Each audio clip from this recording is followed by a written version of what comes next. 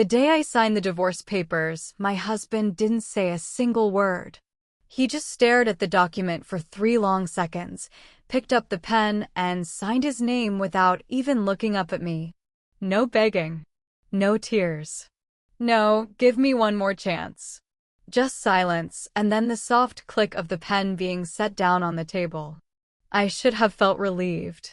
Instead, something cold settled into my stomach, because the man who once promised to carry me through every storm had just let me walk away without lifting a single finger to stop me. What I didn't know that morning was that within 6 months, I would be on my knees outside his apartment door, begging him to let me back in, and he would be the one calmly telling me it was already too late. My name is Naomi, and 3 years ago, I married a man named Julian. Back then, Julian wasn't anybody special, at least not on paper. He worked an ordinary job at a logistics company, drove a car that rattled every time it hit a pothole, and lived in a cramped one-bedroom apartment on the edge of the city. My parents hated him from the very beginning. My mother used to corner me in the kitchen and ask why I was throwing my life away on a man who couldn't even afford a proper engagement ring.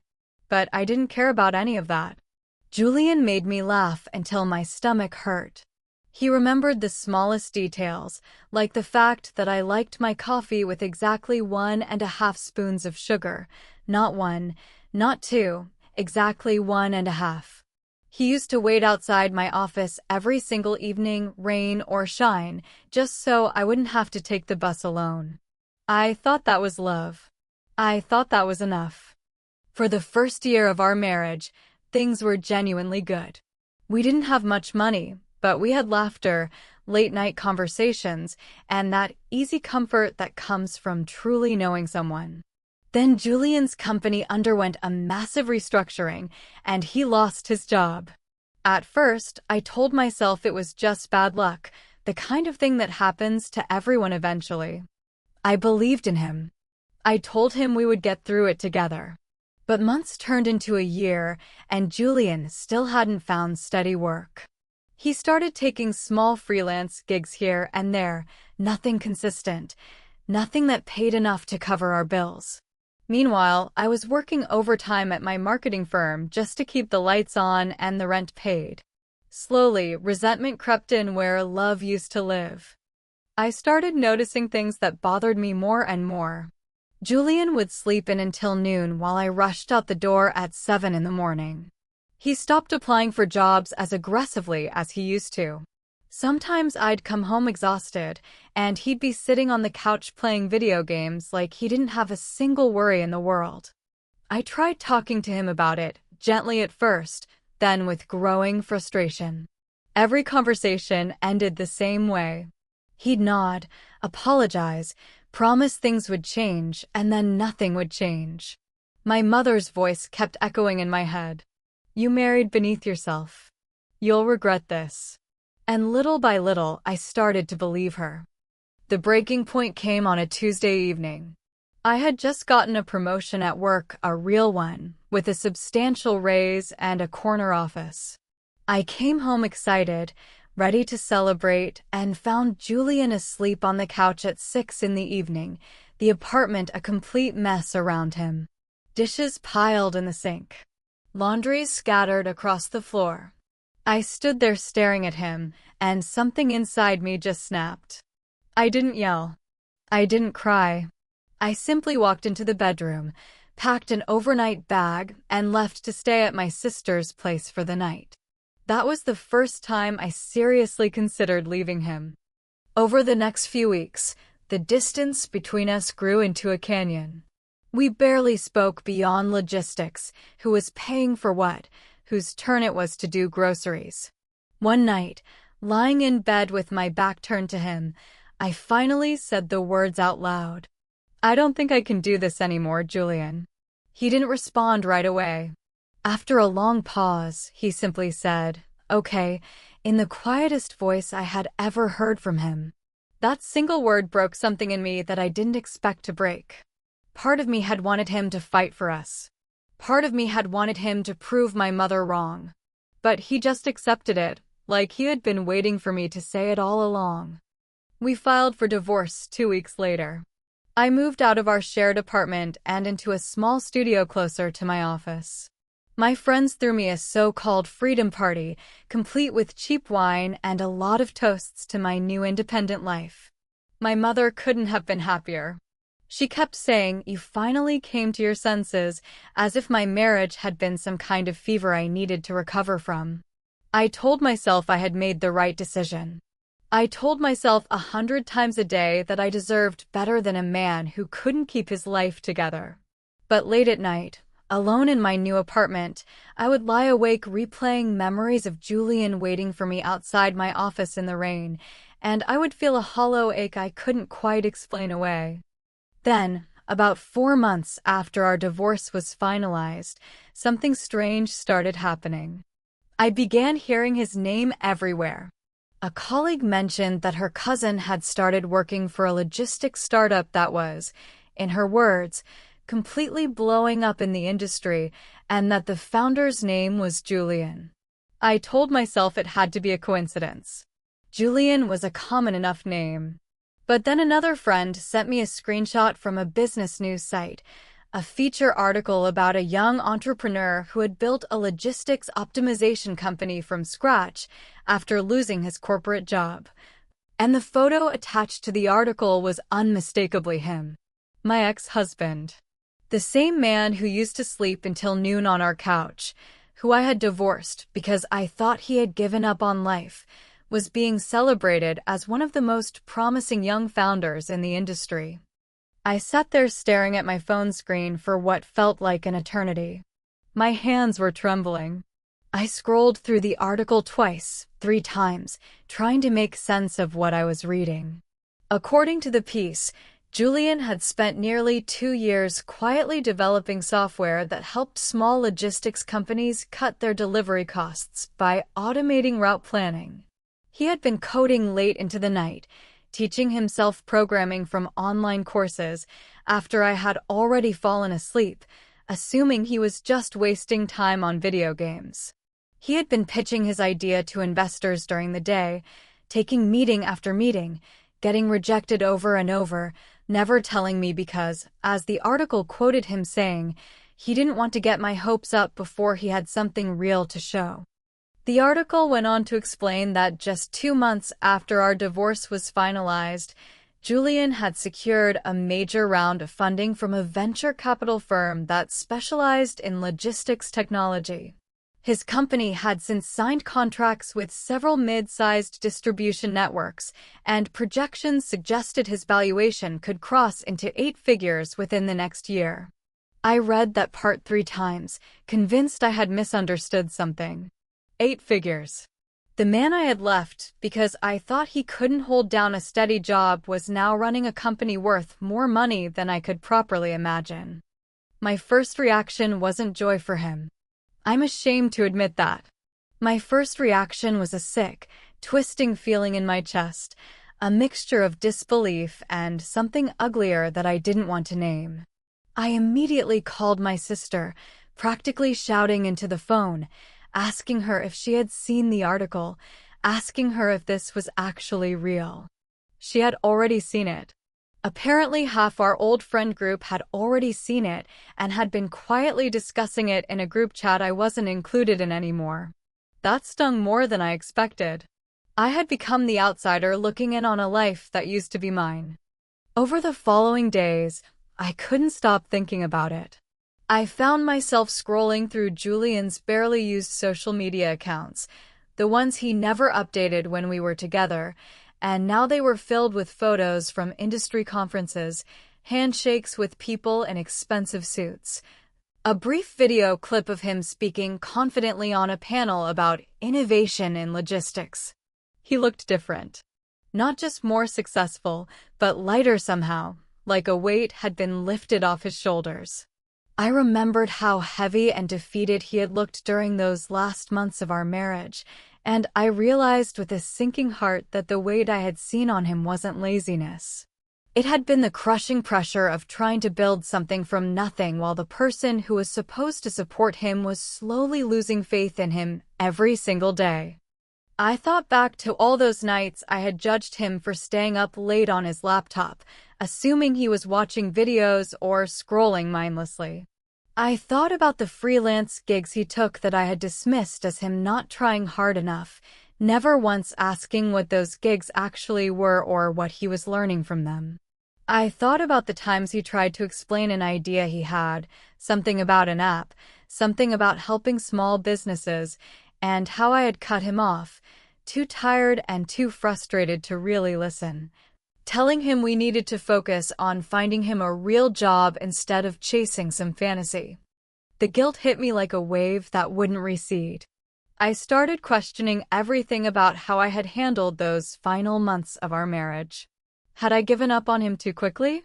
Had I been so consumed by my own resentment, fueled by my mother's constant judgment, that I had failed to see the man underneath the struggle?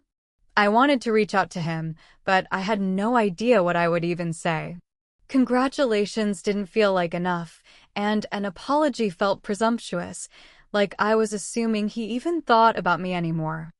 About 3 weeks after I learned the truth, fate, or maybe just the universe's cruel sense of humor, arranged for us to run into each other. My company had been invited to a networking event hosted by a chamber of commerce downtown, the kind of event where everyone wears their best blazer and pretends to be more important than they actually are. I almost didn't go. Something told me to stay home that night, but my manager insisted it would be good for client relationships, so I forced myself into a dress and headed out. I saw him the moment I walked into the ballroom. Julian was standing near the center of the room, surrounded by a small cluster of people clearly hanging on his every word. He was wearing a tailored navy suit that fit him in a way his old clothes never had.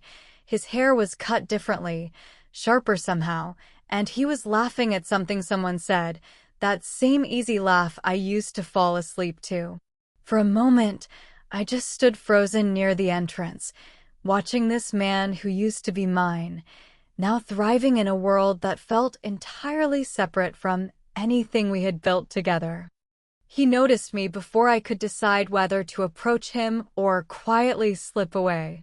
Our eyes met across the room, and for a split second, something flickered across his face, surprise maybe, or something harder to name. Then he excused himself from his conversation and walked toward me with a calm, measured pace that didn't match the chaos suddenly happening in my chest. "Naomi," he said, his voice steady, almost gentle. "It's been a while." I managed something resembling a smile and told him congratulations, that I had read about everything he had accomplished and that it was incredible. He thanked me politely, the way you'd thank a stranger for a compliment, and for a moment we just stood there in awkward silence while the party continued around us, people laughing, glasses clinking. None of them aware of the quiet storm happening between two people who used to share a bed and a life. I found myself blurting out something I hadn't planned to say. I told him I had no idea he was working on all of this. I told him I wished he had told me. Julian was quiet for a moment, studying me with an expression I couldn't quite read. Then he said something that has stuck with me ever since. He said, "I tried to tell you, Naomi." More than once. But every time I brought it up, you looked at me like I was wasting time we didn't have. I needed you to believe in me before I had proof, and when you couldn't do that, I stopped trying to explain. I just decided to prove it instead, even if it meant proving it to myself alone. Those words landed like a physical blow. I wanted to argue, to defend myself, to explain that I had been scared, that I had been drowning under the weight of bills and my mother's constant disapproval and the fear that we were sinking together. But deep down, I knew he was right. I hadn't believed in him when believing in him mattered most.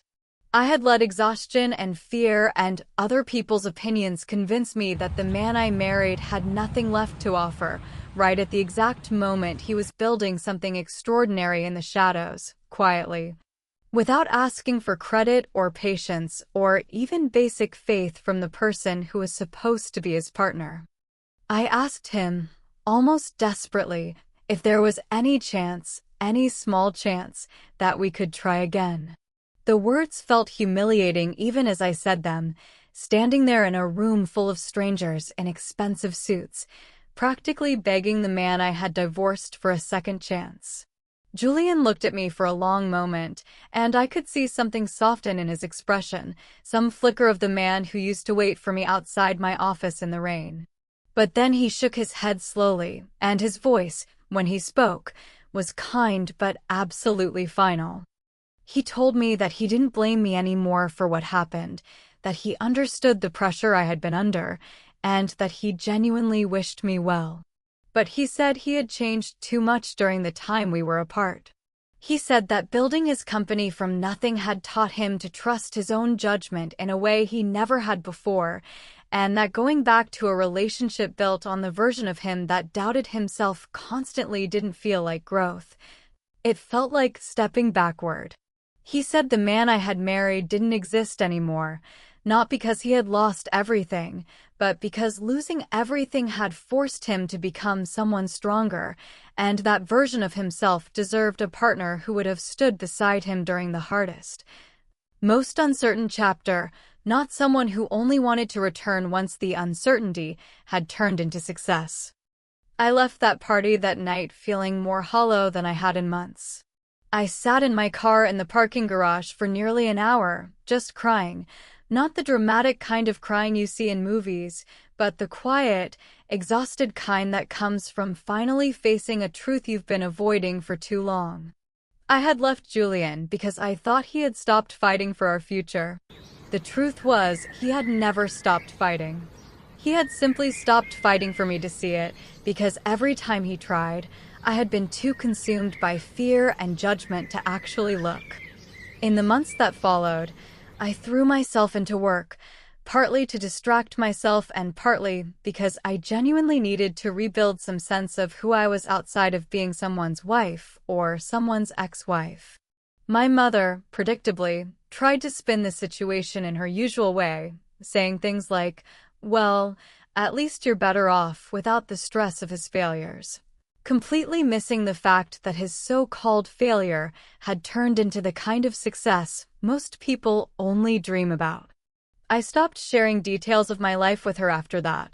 Something had shifted in me, a recognition that the voices I had let guide my decisions for so long hadn't actually been looking out for my happiness.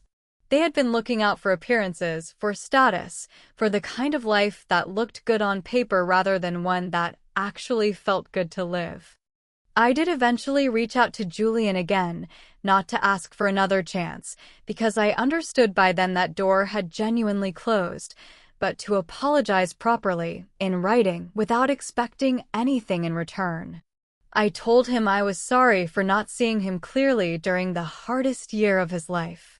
I told him I was sorry for letting fear convince me that struggle meant failure, when really it had just meant he was in the middle of becoming someone extraordinary. I told him I hoped, genuinely, that his company continued to thrive, and that whoever eventually stood beside him would have the wisdom to recognize his worth before the world had to prove it to her first. He wrote back a short message, polite and warm in the way you'd expect from someone who has made peace with the past. He thanked me for the apology and said he hoped I found whatever it was I was looking for. There was no bitterness in his words, but there was also no opening, no lingering hope dressed up as friendliness. It was the message of a man who had truly moved on, and somehow that finality, painful as it was, gave me a strange kind of peace too. It has been a little over a year now since that night at the networking event.